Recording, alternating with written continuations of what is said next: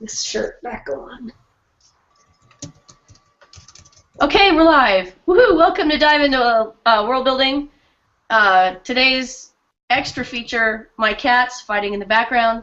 Today's topic is tools, and I would like to consider tools broadly defined, so that we can cover a lot of ground today. If I don't just mean like medieval woodworking tools, though. I mean, those are great. But I'd like to talk about tools in a general sense, and yeah, and also specialty tools and different kinds of things. I'd like to kind of stay away from swords. I mean, weapons are tools in some sense, but I'd rather, that's a huge tangent. I have a feeling you could swallow up the entire discussion. So I'd rather keep to tools for running your daily life kind of thing. Yeah. Where should we start? Shovels? When in a hole, stop digging. Okay, so let's take this from the writerly standpoint. When you're writing along in your world, when do you start to need to have tools? Pretty much when you want to do anything. When you want to do anything. It's the tools right are mostly, tool, the right job, right? Yeah, it came from, because last week we were talking jobs. Well, tools are the things you use in your job. Yep. That's not the only use. People have jobs, and if there's an economy, and we're making things... It's a big if, obviously. Presumably we're using tools to do it. Also, presumably we're caring for our tools, right? And you may have tools that are used to make tools. Yeah, tools to make other tools. Those are. Have you ever been into a proper blacksmith shop? I have, actually. It is just awesome to see the number of different, fractionally, slightly, subtly different grips and tongs and nail-making devices and all those other things that blacksmiths have. You go like, why are there 427 different tongs on your wall? It's like, well, this one is for this one is for the. It's like, there's just ridiculous amounts of it. So people, if they have the ability, it's great for blacksmiths because they do make their own tools. So I'm totally with that.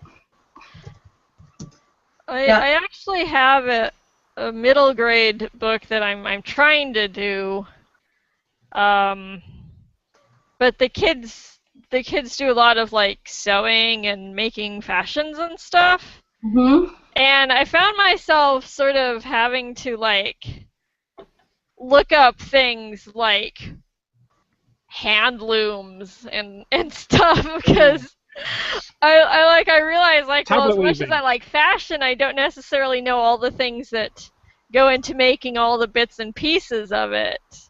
That's true. Yeah. And the different kinds of needles. Yeah. Knitting. I know a little more about jewelry making. Because I took like a jewelry class in high school. And then I've been in art classes and stuff, and that you use a lot of tools in art classes. Well, you've got all kinds of specialty tools in art classes because, I mean, gosh, walk into an art store and go look at the array of brushes. Yeah. And pencils and pens and all the subtleties of, paper. I don't know if paper is a tool, but it's like the greatest thing ever. Well, it's definitely we don't call it a tool, I think, because we act on it so much. Yeah. But it is a tool, or at least it counts as a technology for sure, and a very important one. Yeah.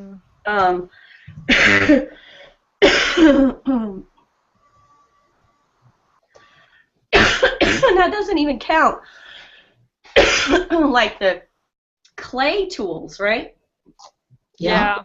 Yeah. All kinds of special tools for potting. And chisels and things for sculptors.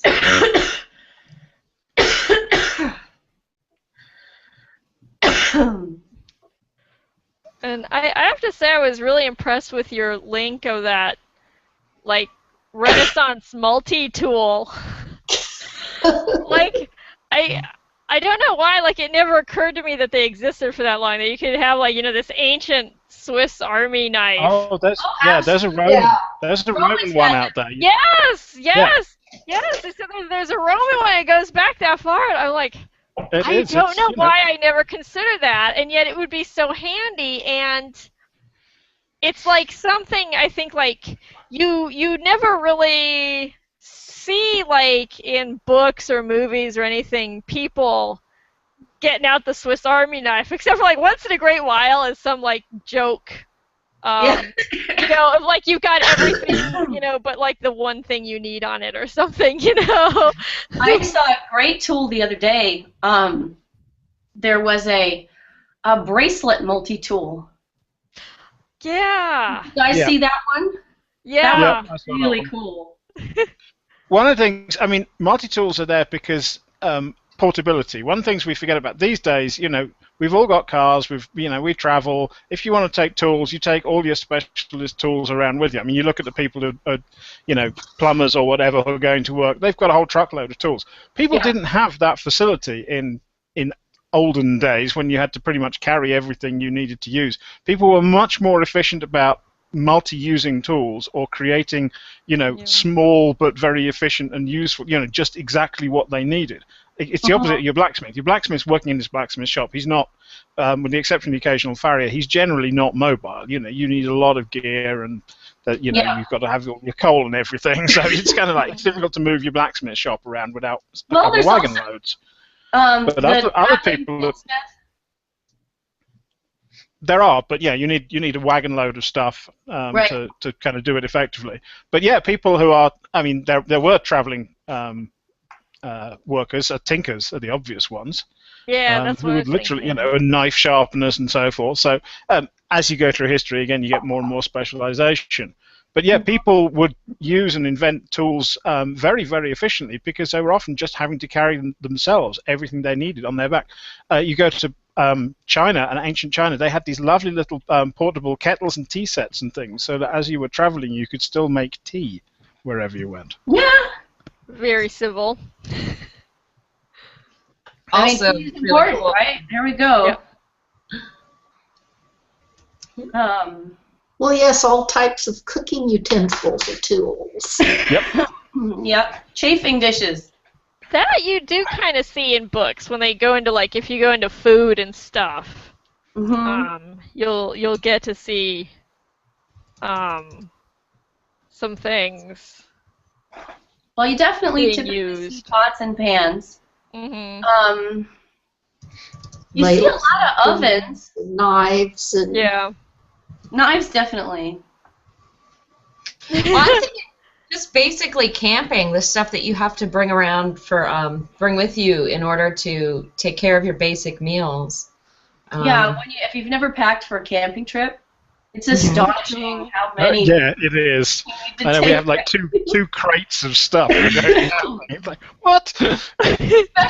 Especially if you're going on one of those long trekking holidays where you have to carry everything on your own back. And then you're like, okay, what do I really need? Well, exactly, Che. Say it out loud, honey. Questing! Woo! So rarely everyone's just running around the wilds with, like, a horse and, like, some swords, and nobody is, like, I know, nobody has anything actually useful. They can and kill. nobody's actually carrying big But backpacks they either. can't chop firewood. You don't chop firewood with a sword. It really doesn't work. No, I speak to somebody who chopped firewood today, and I used my axe because that's what an axe is good at. A sword, and I used to own one, would not be very good for chopping firewood. I would destroy my sword and not come up with a lot of firewood. Yeah, exactly. There was actually a joke made on that in Lady Hawk. Oh. Matthew Broderick's using the sword to chop firewood. The guy gets all pissed with him. It's pretty funny, to my mind. Yeah. I don't remember that scene. I remember the film generally, and I love that film. It's a I delightful haven't seen it film in ages. It is a delightful film. with a very funky soundtrack. But Well, the 80s, right? It was, yes, that's what I was going to say. It was the 80s. Some things must be forgiven. I was. point to remark though that But when the not- Hobbits were traveling in Lord of the Rings, they brought fry pans with them. But that was it. And But, like, Oh, and they had a little pot. I think so, yeah. But I mean, like, for God's sakes, Aragorn, who spent his life running around the wilderness, carried like nothing. I mean, There is- he there didn't is even have a a thing- backpack. He didn't even have a sack. He I had know, like it's- a leather coat. I mean, that's it. I mean, and a horse. Yeah. Because you see that the coat has TARDIS pockets. Is this my coat of Everyone holding? has a bag of holding. That's a little pocket of, whatever. It is. It's like if you actually want to travel through the wilderness, and the wilderness is another pet hate of mine because there's, broadly speaking, there's no such thing. Pretty much anywhere you go on our planet, people have and do live. There is no wilderness. People are already there. But if you are trekking through a genuine wilderness, and there are a few places when you can do that, usually it's where there isn't any food available, otherwise people would live there. Then yeah, you have to take a whole crap load of stuff. Yeah. Yep. Well, now I've seen things about cooking and soup-like meals in a leather bag by heating rocks in the fire and dropping them into the bag. So a leather bag is a lot more portable than an iron pot. Yeah, there are a lot of good tricks, and yes, the heating soup with hot stones is a very old technique. You just keep popping stone in and fishing it out, and then put another one in until the soup is hot. Yeah. Well, I'm They would, from Montana, and so my brain sort of automatically goes to like the chuck wagon for Yeah. cattle drives. Where you just bring a wagon with everything Yeah, you need and one guy. Like I say, It just everything you cooks need your consists of beans, flour, bacon, and coffee. Yeah, it was That was terrible. pretty much the entire diet. I've looked into the stuff about the wagon trains when they first came across, and the diet is just unbelievable. It's terrible. You bake something, flat drop cakes or something for breakfast, with bacon. For dinner, you have a big pot of beans with bacon. Everyone just drinks coffee the whole time. Yeah. And, Nobody sleeps. you top it up with the occasional buffalo that you shoot. You take whatever meat you can use that night, and you don't take any more with you. You just shoot another buffalo the next day, Such a waste of and that's all they did. And it's crazy. I'm amazed that more people did not get scurvy crossing the United States, because the diet was worse than it was on board most ships. Yeah. That's practically what they... did. We just don't hear about it too much. Well, they died all along the way. I'm sure people did. Yeah, I'm sure that there was a serious tooth falling out scurvy problem on some of those wagon trains. Yeah. Because they had nothing green, they had no fruit, no vegetables at all. Nuts and berries, anyone? Well, sometimes you could get like dried apricot. And berries and greens along the way. Yeah, I mean, you'd kind of imagine that you'd have to, right? Mm-hmm. Well, I haven't found reference to that in most of the diaries and stuff that I've read. Either people were doing it and just didn't think it was worth noting that they were doing it, Yeah, I think that has. or they weren't doing it. And I think in a lot of cases they genuinely weren't doing it because they didn't know what was good to eat or not. People from the east, the other side of the Mississippi, are not going to know what's good to eat up in the Rockies, and are certainly going to be very wary of anything in the desert because it's either spiny or poisonous or both. Yeah. well, and you know what? Certain kinds of foods you have to treat before you can eat. Acorns. Acorns comes to mind, but spiny things also. I mean, prickly pear fruits are really nice to eat, but ooh, you've got to watch those spines. Yeah, don't miss one. Nope. Spine in the tongue is bad. I don't know how deer manage it. They're actually like you pull them out with pliers. I think Or you burn them off. Yeah. Pliers are good things. Oh my God, yes. Does anyone know any really revolutionary tool? Like the horseshoe was massive. Yeah, so stirrup. tools that have And had an horse enormous collar. effect on Yeah. the way people live. Society, yeah. Yeah. Like The horseshoes. wheels quite good. Horseshoe Yeah. stirrup and horse collar. Yeah. Yeah, the horse Yeah. collar makes a big difference to the pulling power of horses. Although people used yoked oxen and so forth a lot more in the Mhm. past, horses were not always the only beast of burden. People forget. Yeah. These Yeah. days, people think of cows as just something you eat, but cows were, Right. you know, Yeah. I I mean, think the very word acre comes from something about how much an ox could plough in a day. right. I think etymologically that's where it comes from. It's something to do with an ox area or something, but I have to check on that. Cotton gin. Mm-hmm. That was a big one. In the U.S. anyway. Radio. Oh, radio, yeah. You know what? This is so unfortunate. I never really, I didn't read the book, but it was about the telegraph. This is from, like, the book jacket about how, like, it was so revolutionary. It was almost like this early internet where people would, like, telegraph each other, and people would, like, fall in love, like, telegraphing back and forth. Yeah.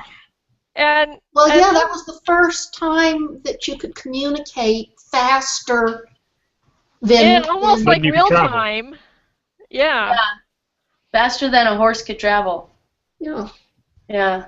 Well, pneumatic tube systems in cities for conducting business. I think on Wall Street they utilize that a lot within buildings to communicate office to office. So instead of like climbing stairs or having to go anywhere, you could just shoot this thing in a tube, and seconds later, you'd have. Oh yeah, those things. Yeah, they used to be used heavily in shops for moving, stuff around from cash register to purchaser and so forth, and they're still in use in banks. Drive-in banks here still use them. Yeah. Yeah, we have to. Yeah, I love those things. I would love to have like a citywide system of those things. Oh my god, I loved them too. Like when I was a kid, you're like, "Woo!" It was like the greatest I thing to have know. the bank teller put the thing in the insert tube. It was such an awesome experience to see that thing go. Off it goes. That noise is Floating so up into- satisfying. Yes. Yep. They actually tried in the early days of rail travel. People actually tried to use a similar principle to run trains. There was one done, I think it was in London, Yeah, where they yeah. actually tried an entire, the whole tube, the rail cars basically fitted inside the tube and would be pushed along by air pressure. But that didn't work very well because it's just too much stuff to move and you can't keep the seal. But then there was the pneumatic railway, which was driven by basically a tube underground with a piston in it, and it was sealed except for when the train was attached to the piston, which opened up flaps and closed again afterwards. And you'd push air pressure into this thing, and it would push the piston along, and the piston would drag an entire train with it. Look up the Brunel's Atmospheric Railway. Oh wow. I do not have a book. I would just like to point out I do not There's have a a bit book. of steampunkery for you. Yeah. Oh, it's fantastic. Yes, Took off. They would just make So, some on great, that great note- stuff. Cable cars. Yeah. Yeah. We still have them. They're pretty cool. Yeah. I was wish fascinated. we had I them. went to San Francisco recently and discovered that, and I didn't realize that the cable cars there were actual. There is this whole system of these rapidly moving cables buried in the street that drag these things around. I did not know that's how they worked. In Europe, cable car means something completely different. Cable car means an aerial tramway, where I come from. Mm. Yeah. So Hanging when on a they're talking about cable cars, it's in Europe it means something you go up mountains on. Oh yeah, like a Instead of just a steep hill. like a ski lift kind of thing. Right, yeah. Those things. That's what I grew up with as a cable car is one of those because it's suspended from a huge cable that's suspended from towers and goes up mountains. Yeah. Now I think now in San Francisco it's just some of the buses have like the upper electrified wires. Yeah. Yeah. They follow around the city. It's not really They like they aren't cool Yeah, looking like they used to be. It's just kind of a bus mostly. Sort of We now. had those in England when I was growing up. There were still what we call trolley buses, which would run on rails, so they're more like trams with an Yeah. overhead power source instead of a third rail or anything on the ground, they had overhead cables, and the trolley would have a little thing that's pantograph that's pushed up against them. And then there were some that were like that, but they weren't attached to rails. But obviously you have to be very careful with that, because if the bus veers away from the cable it's attached to, it loses all power. So they worked better with the rails that kept them exactly in place. And a lot of trams have come back like that. I mean, there's tram systems being built all over Europe in various towns that are coming back to that sort of transit system. Yeah. So we've gone into transit a bit, but I did want to mention under our list of tools that have changed our lives, washing machines. Oh, God. I spent a lot of time with mine today. There's a whole suite of household chore machines that changed life significantly, especially for women. Vacuum cleaners, washing machines. Yeah. Do you see article? There was an article recently about crock pots, about how the original intention of the crock pot was so that anyone in the household could cook. It didn't have to be the women. What it actually meant was that the women could go out and spend more time out at work because they'd just still do the cooking, just use the crock pot. So it actually kind of freed up women to go and just do more jobs outside the home instead of sharing the domestic load.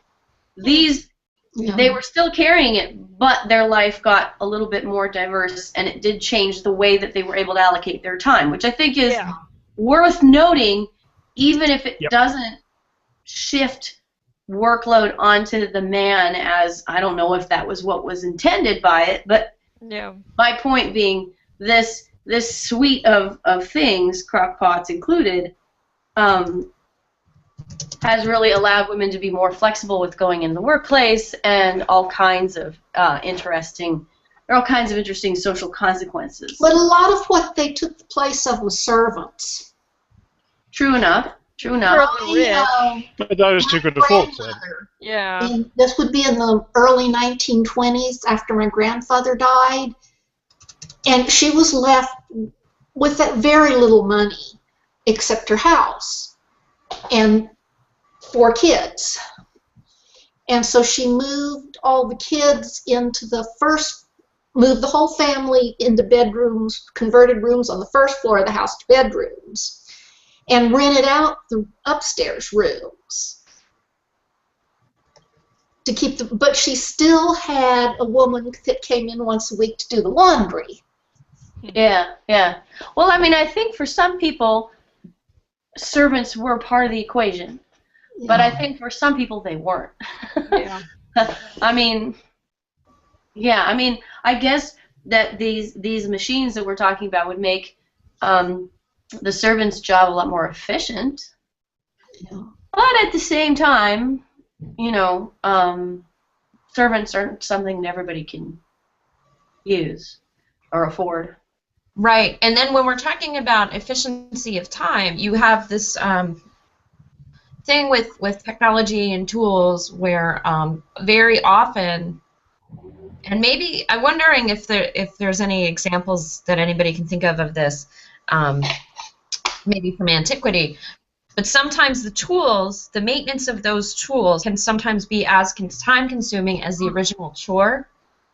So they're not actually more efficient. It's just that they seem that way because it's shiny and new. Yeah. Well, and if the tool actually does the job better, then maybe it's worth it.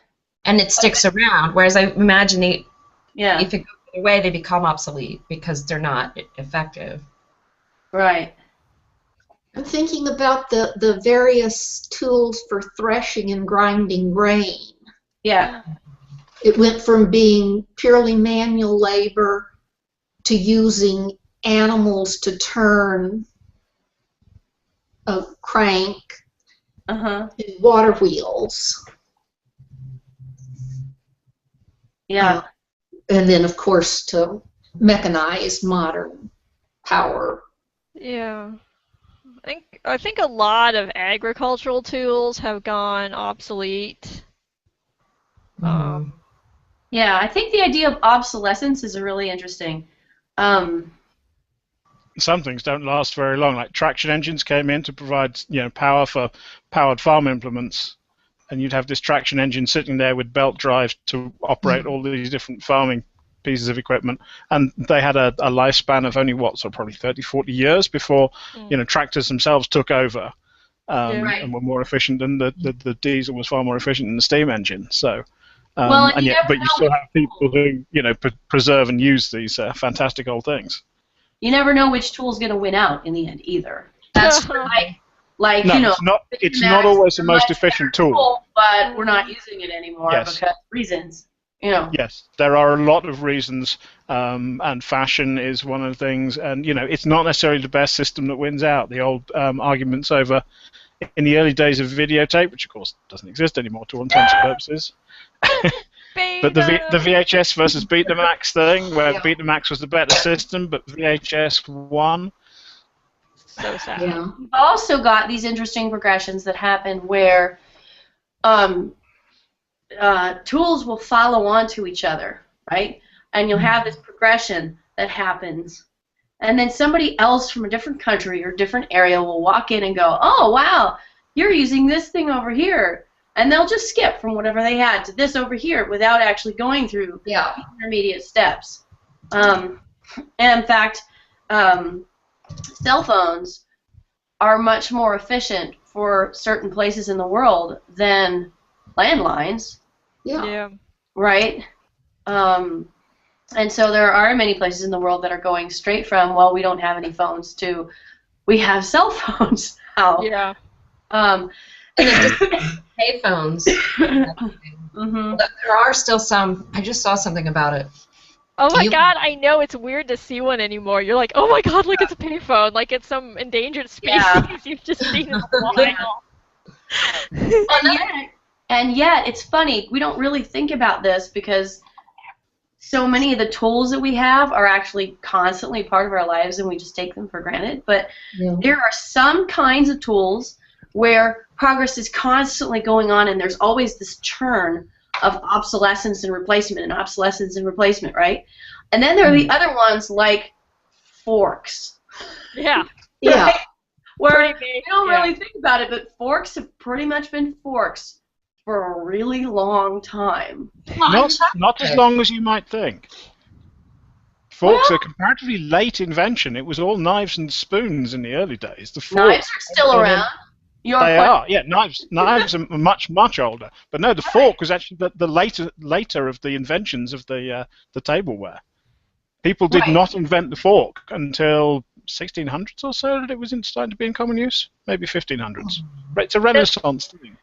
Which only supports my initial point, which I was trying to make with forks, which was that technologies that are really working well up to a certain point can be optimized, but once you've kind of reached the optimal state, you're kind of done, and they stick around because they continue to be useful, but there's not that much more refinement that you can do.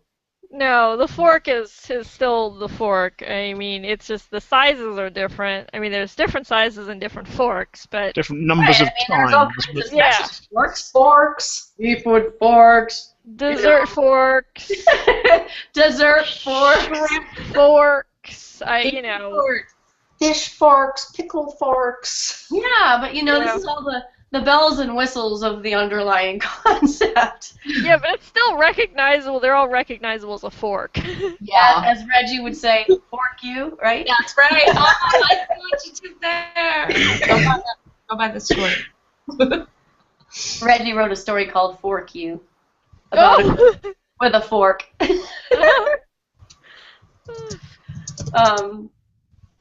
Yeah, absolutely. In terms of changes and obsolescence, see, that's particularly fascinating to me, just because of my career in radio that I had. But we had this thing. Does anybody remember the mini disc player?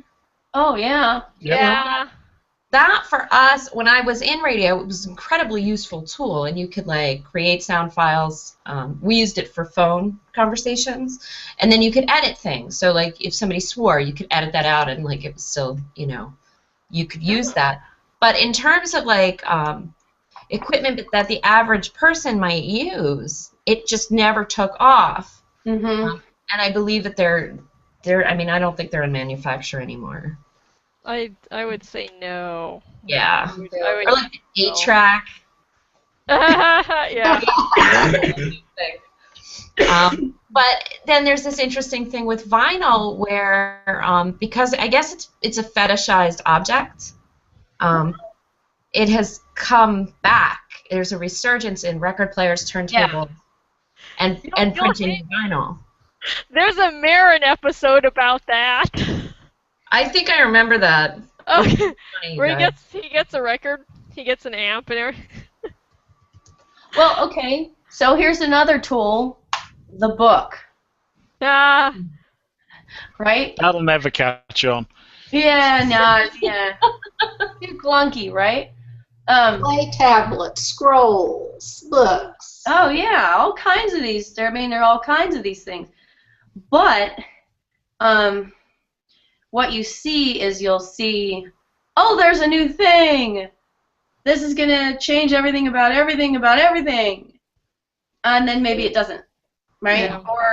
Or it fits in, but you know, but it doesn't actually. I have another person who's trying to get in. hooray for latecomers. Yay, refillers. Let me see if I can re-invite this person. Okay. Oh, wow. No, talk amongst yourselves for a moment. All right. I know a lot of the art tools are fairly unchanged since the Renaissance. It's just the materials that are made are better now. Like, you still use a metal palette knife. You still use wooden stretcher bars. You still use canvas. You know, they're like the pre-mixed paints came in like the 1800s, where you could buy paint in a tube. So you didn't have to like grind your own and stuff anymore. So like that was pretty awesome. But you know, but like we still get buying the paint in the tube. You know. Yeah. Those are all the same. We went and saw we went and saw a display of about illuminated manuscripts. Oh, sweet. And it was so cool. It was at this place called the Scriptorial d'Avranches in Brittany, or sort of on the now is it kind of in Normandy. But anyway, it was so cool. It was so incredibly cool. It was right near it was in Normandy. It was right near Mont Saint Michel, and they had this place where they actually had hidden all these books that had these illuminated manuscripts. It was, oh man, so cool. It was so cool. Yeah, so one of the things that they talked about is what all the inks were made of. And boy, that was fascinating. You know, It's like animal parts. Way toxic. Way toxic. Yeah. Yeah, there was or like I guess like a painting teacher of mine saying you could still get lead white in Mexico. Woo! But I mean I don't know how true that is. But like that I guess like sometimes artists from the US will go down there and get lead white because it's a white, it's not like the titanium white. And they prefer the color, you know. Oh. It wouldn't surprise me at all. Would not surprise You me would at all. not be at all surprised, no. Yeah. Cinnabar, that has huge lead content as well, doesn't it? Isn't that a lead oxide-based thingy? Yeah. That one's, most of them are poisonous. Also, value. A lot of paints were used by the patron ordered and requested specific paints to be used because they showed how much money had been paid for, you know, and how valuable that piece of artwork was. So there's lots of stuff about, you know, put lots and lots of blue in this because the blue is lapis lazuli. It's crushed up gemstones all the way from Asia Minor. So, you know, I want lots of blue in this to show that I could afford a painting with lots of blue in it. Well, that brings because showing off is like a thing. Yeah, tools, I mean, data symbols. Yep. Can we think of anything? I mean, swords right now, to have a sword that's like, whatever, I guess replicas are official. I mean, it's a little bit of a, at this point, because it's not a tool in modern life, it's more of a showpiece. Yeah. Generally speaking. Cars, watches, and handbags immediately spring to mind as tools that loads of people use, but you can spend immense amounts of money to show that you have one that costs immense amounts of money. It's not any better.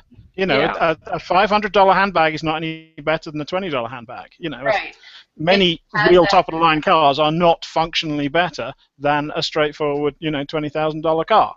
But the trick is you're not buying them because they're better. You're buying them to show that you can afford something that costs that much money.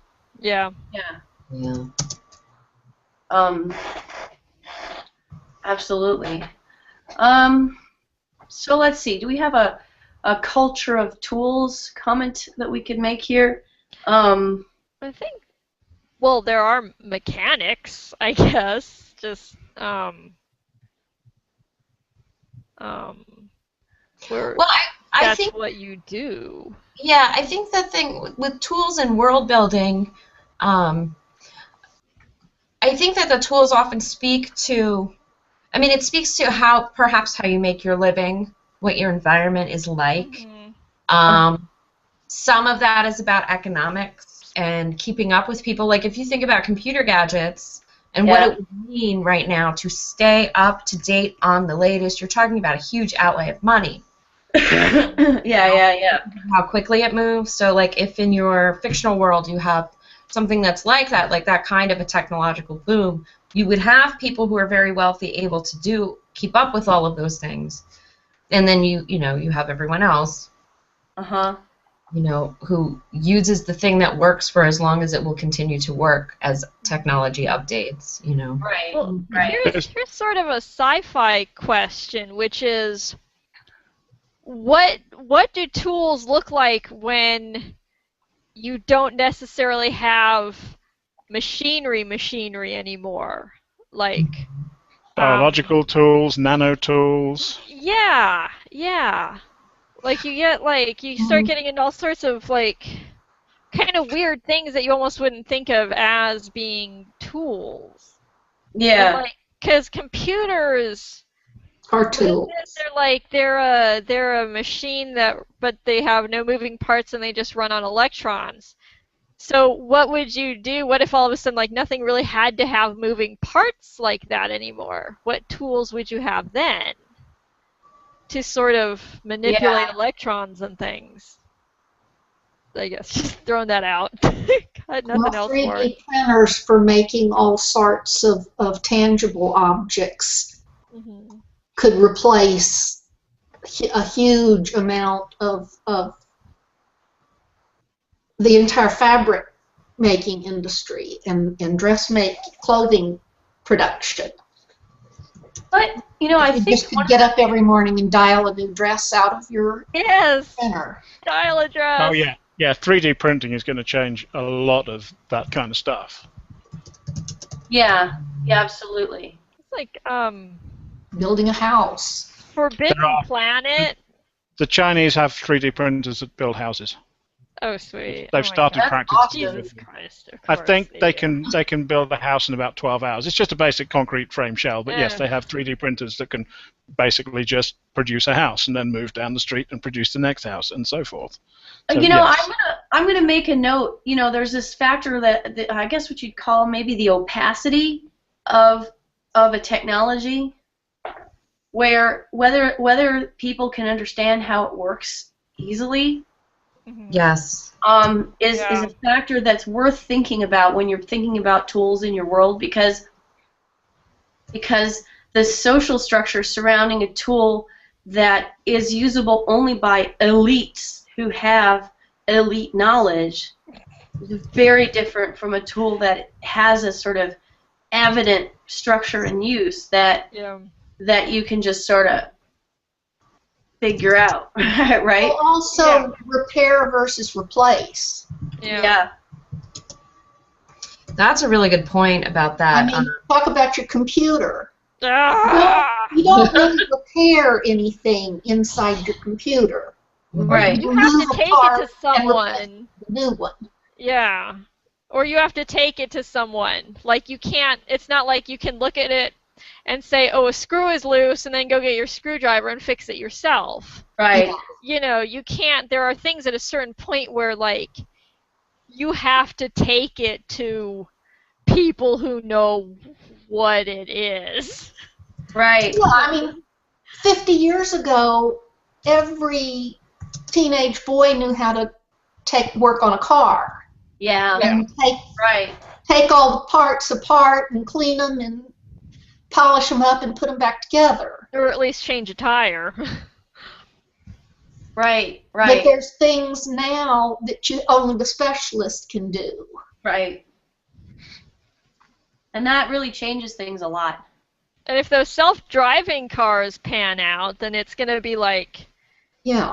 you're gonna, it's even less that you can actually understand and do for yourself. You know? Yeah, it's going to be interesting to see if they catch on, and if so, what cities look like in 20 or 30 years' time. Yeah. I have somebody who's trying to get in, and she hasn't been able to get in, but she's asking how many people of a given group have to understand how a tool works before you can consider it to be opaque. I think it's just a matter of whether you're in a group or outside of a group that knows how it works. I mean, the group of computer scientists or computer literate people has been growing and growing by leaps and bounds, and now you have kids who are able to pick a computer and figure out how it works, at least on the software or interactive level. Yeah. And there are kids who are going out and making Java apps and whatever. So they have some knowledge that makes them, insiders to some degree. But that may not be the same people who can assemble a computer, put one together. Exactly. So you've got kind of circles within circles when it comes to knowing, who has knowledge of this tool and how it works, and who could repair it, who could replace it. There's a in the Varden world, the technology's in decline, so they're actually losing knowledge. And when people will die and never have had an opportunity to repair certain kinds of things, and so there are certain kinds of things that nobody really knows how to repair anymore. So, like, basically the lights go out at a certain point. And then they want to get the lights repaired, but there aren't any repair people for what's gone wrong. I mean, okay, we've got people who can repair the lights by going up to lights and looking at the lights and replacing things, right? But the thing that happens to have gone bad is like this timing device that is the thing that controls when it turns to day and when it turns to night, and the thing has gone off. It's just like burnt out. And so they have to basically go to the university and go, do you have anybody who has records of this thing and how it's made and how it works? And so they basically have to, they spend a very, very frantic period of time trying to reconstruct this thing so that they can get the lights back working. It's what I would say not a pedestrian task anymore to change a light bulb, I guess, metaphorically speaking.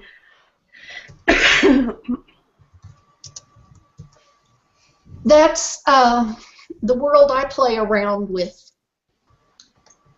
or used to play around with. I haven't done much in a long time. Is in a similar state. Because the technology they started with was very advanced. And it's not that they don't have the knowledge, it's that they don't have the tools to make the tools to make the tools to make the product. Like if you're suddenly removed from modern industrial society, how do you build a new cell phone? Right. You don't. Yeah. Well, you know You what? may have a book that tells you, Yeah. but you don't have the materials. You know what you're making me think of is you're making me think of these amazing African engineers who have been designing all kinds of crazy things out of electronic junk piles. Yeah. I mean, so they've got some of the base components, but I mean, the most amazing thoughts coming out of these folks, and the most, these really fascinating innovations coming out of, well, okay, so I've got some basic things. let's just, try some stuff and figure out what needs to happen for whatever this thing is that I need. A lot of, actually, you know what? This is actually another interesting thing. What I'm seeing right now is a lot of inventions of tools that are designed specifically to be cheap and not to require a lot of infrastructure.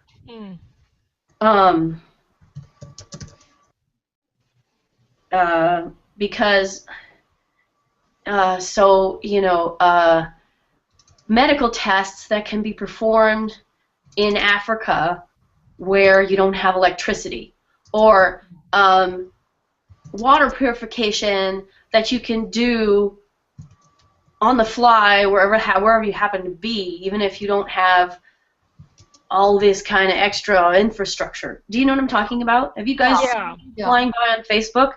I find this stuff really interesting. I think it's a new trend. I mean, I think it's part of the green trend, but I think it's a really interesting trend because it's you can get really different kinds of tools out of an elite-focused mindset from what you get out of a more globally focused, inclusive mindset. Yeah. Yeah. So that's another thing that's interesting.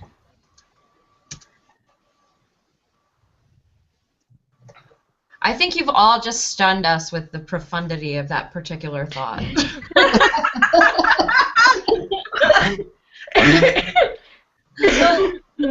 I was just thinking, there's another world I never did anything with, and it was based on the Amazon, and back in the 1900s when they were trying to like go in there for rubber and things, everybody would bring in all this like technology and these steam engines and whatever, and everything would just rust through, like just the climate and the environment was so inimical, if that's the word, to machinery, that it was incredibly difficult. Things would just seize up, rust, algae, mold, whatever. Things would just seize up and die, and it was incredibly difficult. And there are still things, just rusty machines, just disintegrating in the Amazon, brought there, and so I think that's an interesting idea for an environment. Is what if your environment is so extreme? It's your machine only works for like a couple months, and then it's useless, and you have to haul in another one. It's like, or do you finally just give up? Well, actually, I have an interesting story about something like that. It's a story my dad told me, and I don't remember all the details. But it was about something called stepper motors. Okay? And so you had this group of people, and they were trying to use these stepper motors. And the stepper motors were really, really important. Okay? And the problem was that the stepper motors kept rusting. And they couldn't, it was a real problem, right? So they were trying to figure out how they could fix this problem, because they tried all kinds of ways to protect the stepper motors from rusting and blah, blah, blah, and it didn't work. In the end, the thing that they found that worked was pre-rusting the stepper motors. Because if they pre-rusted them carefully with the right conditions, they could create a layer of rust that actually formed a shield against further penetration of rust into the stepper motors. Oh my god! And so it's like these funky solutions that you find, like the idea actually, the solution was not to stop the stepper motors from rusting, right? It was to rust them the right way. Wow. And then, all of that, yeah. So that's pretty funny. I've got another comment from Morgan. Some of the recent developments in Africa have been making tools from local resources to accomplish tasks where there are already tools elsewhere. Yeah. Seeing something unique to a particular location or system that needs to be done and figuring out how to do that with available parts and tools. Well, you know what? It's actually a really interesting question. And I don't know enough about Africa to speak to it, but what I can speak to is the space station. Because on a space station, if you discover a novel problem, you don't get to like order a tool to fix it, right? Yeah. You gotta stick everything you have on a table and go, okay, here's what we have. How are we you say to fix it? say that, but the ISS recently That's what I was going to bring up. printer Yeah. to print off a wrench because they didn't have one of the size they needed. NASA beamed up the plans for a wrench. They printed it with their little 3D printer and used it to undo whatever it was that needed undoing. Well, fantastic. On the other hand, I don't think. But yeah, sorry. I think it still applies. It is. Yeah. Yes. Probably if they didn't have somebody with the plans, they'd still have to have come up with make the plans, make the tool, whatever. So Yeah. broadly, the point applies. I just thought it was a really cool thing that they could do that. Yeah. No, I think it's awesome. I mean, it's a totally new. I sort of something- wonder if 3D printers are going to change space travel, and I think there's going to be a distinction in sci-fi almost of before and after. Like, there was kind of always like the Star Trek, you had, you could arrange atoms and make whatever you needed, would be spit out of this machine. But you didn't see that very often, and now it's like it's kind of. I think it's going to be more and more popular. I was talking to a friend about her story, and she was like, "Oh, I had this all wrong. They could never have these space probes."